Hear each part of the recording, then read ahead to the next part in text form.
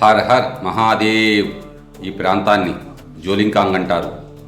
ప్రస్తుతం మనము పంచకైలాసాల్లో ఒకటైన ఆది కైలాసాన్ని దర్శిస్తున్నాము. మేఘాలు ఆవరించి ఉన్నాయి. అవి తొలగే వరకు పార్వతీమాతని దర్శించుకుందాము. పార్వతీమాత మందిరానికి వెళ్ళే మార్గము పార్వతీమాత మందిరము, పార్వతీ సరోవర్. మందిర ప్రవేశము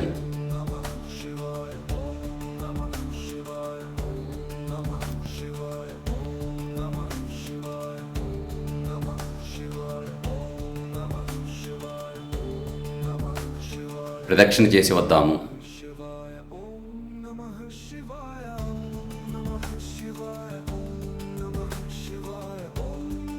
పార్వతీ సరోవర్ నుండి ఆదిదేవుని దివ్య దర్శనము. ప్రారంభంలో ఏ మేఘాలైతే అడ్డుగా ఉన్నాయో అవి తొలగి మహాదేవుని దివ్యమంగళ స్వరూపం దర్శనమిస్తున్నది. హర హర్ మహాదేవ్.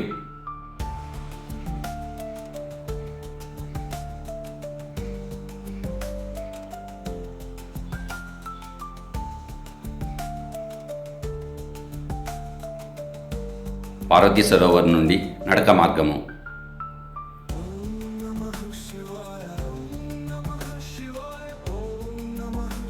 ఆదిదేవుడు మహాదేవుడు క్రింద స్వామివారి పాదాలు తాకిన జలము గౌరీకుండు.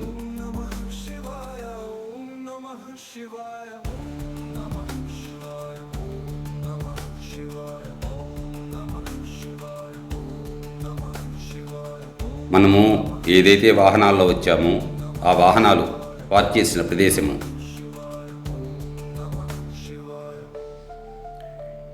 ఈ కనబడే పర్వతాలని పాండవ పర్వతాలు అంటారు. ఇవన్నీ హిమాలయ స్థానువులు. ఈ హిమాలయ స్థానువుల్లో విరాజమానుడై ఉన్నాడు మహాదేవుడు ఆది కైలాస రూపంలో.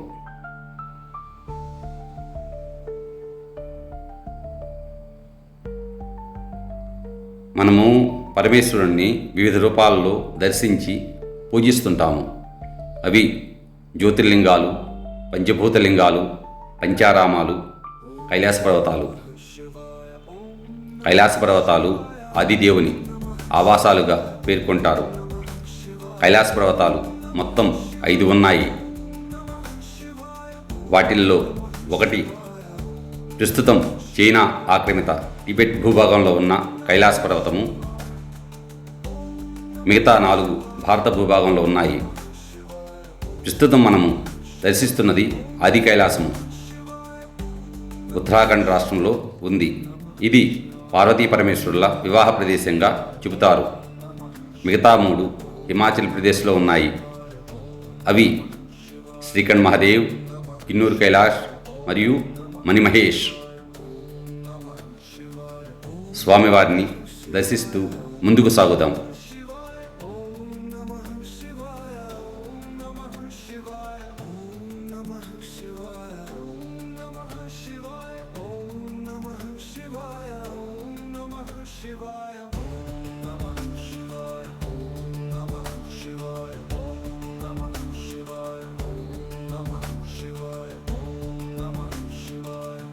స్వామిని సమీపిస్తుంటే ఆ అనుభూతే వేరు.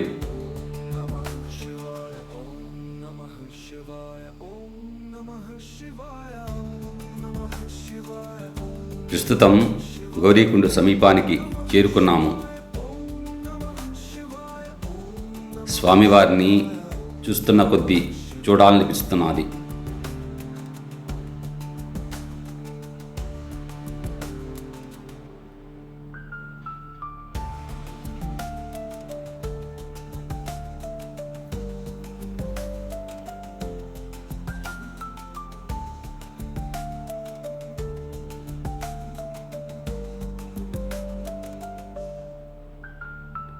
గౌరీకుండ్ చేరుకున్నాము. గౌరీకుండ్లో ఉన్న జలము ఏదైతే ఉందో అది కైలాస పర్వతం నుండి వస్తూ స్వామివారి పాదాలు తాకిందని చెబుతారు. ప్రస్తుతం మనము స్వామివారి చరణాల వద్ద ఉన్నాము. ఆది కైలాసం ముందు భాగంలో 360 డిగ్రీ వ్యూ చూద్దాము.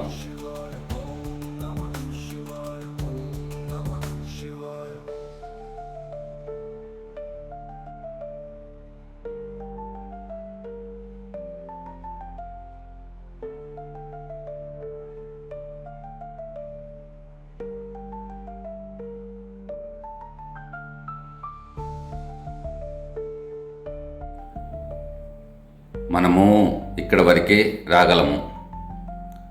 వాతావరణం అనుకూలించడం వలన స్వామివారి దివ్య దర్శనమైనది.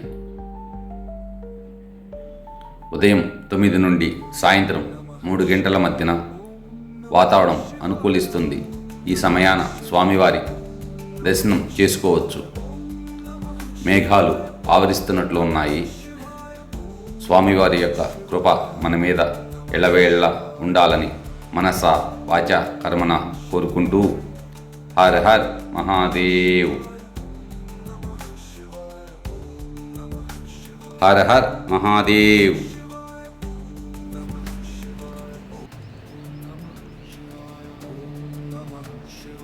ఓం పర్వతానికి బయలుదేరుదాము.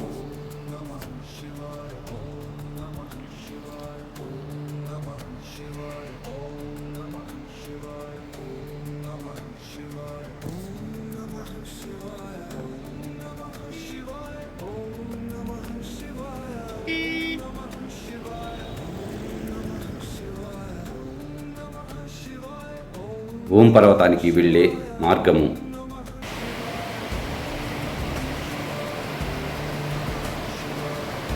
కాళీ నది. ఈ నది వెంబడే మనము ఓం పర్వతానికి చేరుకుంటాము.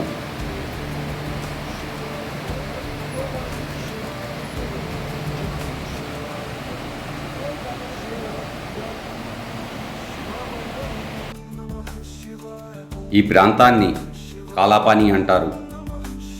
గుంజి మరియు ఓం పర్వతం మధ్యలో వస్తుంది. మేము నైటు ఇక్కడే బస చేశాము. హోమ్ స్టే ఎలా ఉందో ఒక్కసారి చూద్దాము.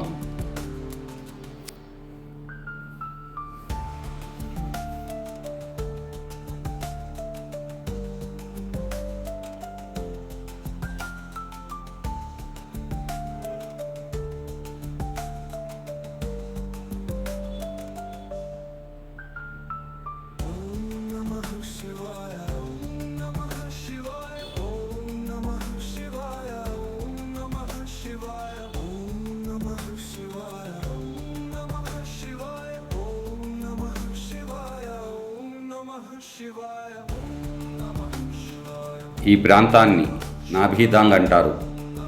ఇక్కడ నుండే మనం ఓం పర్వతాన్ని దర్శిస్తాము.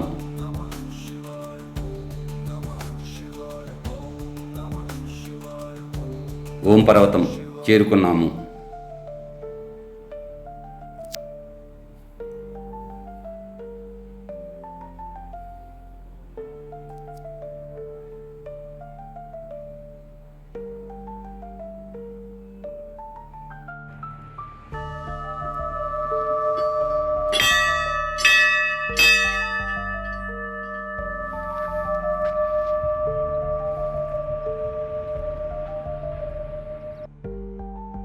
ఓం నమః శివాయ, ఓం నమః శివాయ, ఓం నమః శివాయ, ఓం నమః శివాయ, ఓం నమః శివాయ.